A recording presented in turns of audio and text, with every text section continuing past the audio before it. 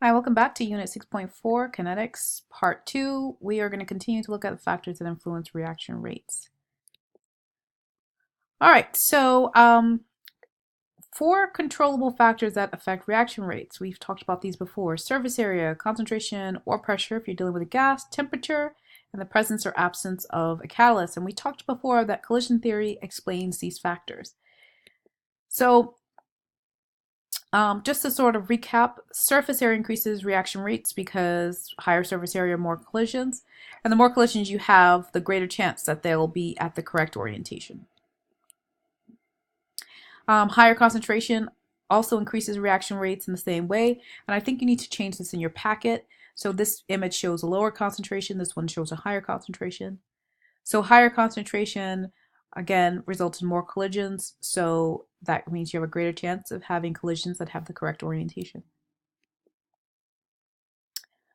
The higher the temperature, the higher the sort of average kinetic energy. So you'll have more particles that have a higher kinetic energy. So there'll be more particles with enough kinetic energy to result in product.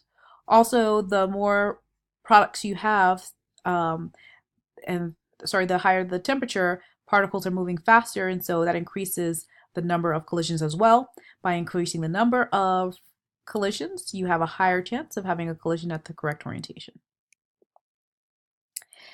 So finally, let's talk about catalyst. So here's sort of an image of two catalysts here. We have a platinum catalyst, and this one here is an enzyme. And so in the platinum catalyst, platinum is a metal, so you have this solid surface, and then these reactant species will sort of adhere to the metal. And by adhering to the metal there, they're just sticking on top, sort of like the metal's like sticking them like glue. And so now they have a chance to sort of uh, collide or interact in such a way that results in product. And here with an enzyme, enzymes have what's called an active site. And so these two particles here called substrates, which are sort of like your reactants, are sort of locked in, and then that helps them to result in correct product. So catalysts increase effective collisions by lowering the activation energy. And that's super important to sort of keep in the back of your mind. When you have a catalyst, it's going to lower that activation energy. And sometimes or often that results in a change in the mechanism. And you can see that in a reaction profile. So let's go back to the reaction profile. Here we have a profile A and profile B. And what I want you to do, based on what you know about catalysts, which profile corresponds to the catalyst, A or B? Pause the video now. When you press play again, the answers will be revealed. Great, the answer is profile B, and that's because the catalyzed reaction will have a lower activation energy. And you can see that here, that in profile B, the activation energy overall is lower than that in profile A. So these peaks are at a lower energy level.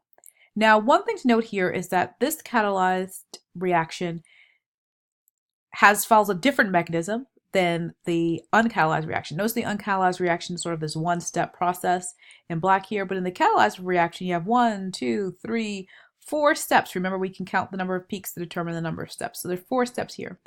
So that's sort of an example of when you can tell from a profile that the catalyst has not only lowered the activation energy, but also changed the mechanism. All right, try the CFU, which is the diagram shows the reaction profile of reaction A plus B going to C. And what I want you to do is on the same diagram, draw the reaction profile of the reaction with a catalyst. And you're going to assume the mechanism does not change. So remember, when the mechanism changes, you're having different number of steps than when it's not changed. So we're not changing the mechanism here, but I want you to draw the profile of reaction with a catalyst. Pause the video now. When you press play again, the answer will be revealed. Great, so what you should have drawn is another single step process where the transition states are lined up there. And also the thing to show, which is most important, is that the activation energy of the catalyzed reaction, which here is shown in red, is lower than that. And we can show that by than the uncatalyzed reaction. We can show that by just lowering the height of the transition state.